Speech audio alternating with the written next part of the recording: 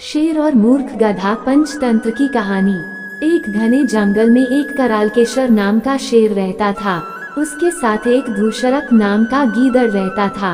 एक दिन में शेर एक हाथी के शिकार में उससे झगड़ पड़ा। उसी समय वो कई तरह से घायल हो गया और यही नहीं, उसका एक पैर भी टूट गया। वो किसी तरह अपनी गुफा पहुंचा। कई दिनों तक भूखा रहा। वह घायल होने के कारण किसी जानवर का शिकार नहीं कर पा रहा था। तब उसने उसके साथी गीदड़ को कहा कि तुम किसी जानवर को यहाँ लेकर आओ और मैं उसको यहाँ मार दूंगा और हम अपना पेट भर लेंगे। उसकी बात सुनकर गीदड़ पास के गांव में घूमने लगा और उसे एक नदी किनारे लमकन नाम का गधा जो पास ही हरी भरी घास खा रहा था। तब वहाँ गीदड़ उसके पास गया और उसे कहने लगा, मामा आप ये रूखी सूखी घास क्यों खा रहे हो और आप दिखने में भी बहुत कमजोर दिख रहे हो। तब उस गधे ने कहा, भांजे क्या कहूँ तुम्हें, ये धोबी मेरे पर कई अत्याचार करता है। मैं जब भारी माल उठाते कहीं रुक जाता हूँ तो वहाँ मुझे पीछे से बहुत लाठियाँ मारता है और किसी भी तरह का अच्छा भोजन नहीं करवाता। यहाँ तक कि वह मुझे घास भी लाकर नहीं देता। मुझे स्वयं नदी के पास आकर चुन चुन कर घास खानी पड़ती है। तभी गीदड़ बोला कि आप जंगल में चलिए, वहाँ कोमल घास से भरा हुआ मैदान है जहाँ आप जितना चाहे उतना घास खा सकते हो और इतनी हरी भरी है कि आप कुछ ही दिनों में हष्ट पुष्ट हो जाओगे। तभी गधा बोला कि मेरे जैसे शिकार होने वाले जानवर वहाँ कैसे जा सकते हैं, जैसे ही मैं जाऊंगा तो वहाँ पर कोई जंगली जानवर मेरा शिकार कर लेगा। तभी वो गीदड़ बोला कि वो इलाका मेरा है, वहाँ मैंने कई अत्याचार सहने वाले गधों को लाकर रखा है। वह कई गर्दभ कन्याएं हैं जो पूरी तरह से वयस्क हो गई है। उन्होंने मुझे आते समय कहा कि पास के गांव से कोई सुंदर गर्दभ पति लेकर आना जो हमारे लायक हो। ये कहकर गीदड़ बोला, मुझे इसी गांव में तुम ही मिले जो इतने समझदार और सुंदर हो।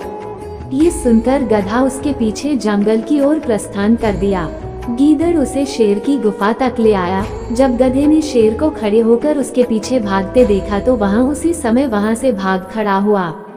फिर गीदड़ शेर को कहने लगा, तुम यही हिम्मत से हाथी से लड़ने गए थे जो गधे को भी अपने पंजे में न पकड़ पाया। तभी शेर ने अपनी दबी आवाज में कहा कि मैं अभी तक तैयार नहीं हुआ था, इसीलिए वहाँ गधा मेरे पंजे की वार से बच गया, नहीं तो इस बार से कोई हाथी भी ना बच पाए।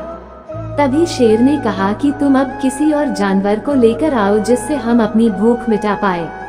तभी गीदड़ ने उसे कहा कि मैं उसी गधे को वापस लेकर आता हूँ, तुम अब इस बात मत चूकना। इसी बात पर शेर ने उसे कहा कि तुम उसी गधे को वापस कैसे ले आ पाओगे, क्योंकि उसने मुझे देख लिया है।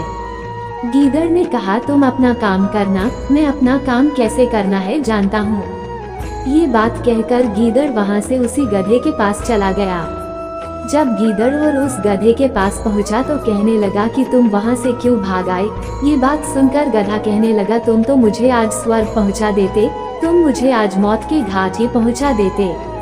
इसी बात पर गीदड़ कहने लगा, तुम ये क्या कह रहे हो, वह तो गर्दभ कन्याएं थी जो तुम्हारे पीछे भाग रही थी और वहाँ अपना सब कुछ छोड़कर अब तुम्हारा इंतजार कर रही है।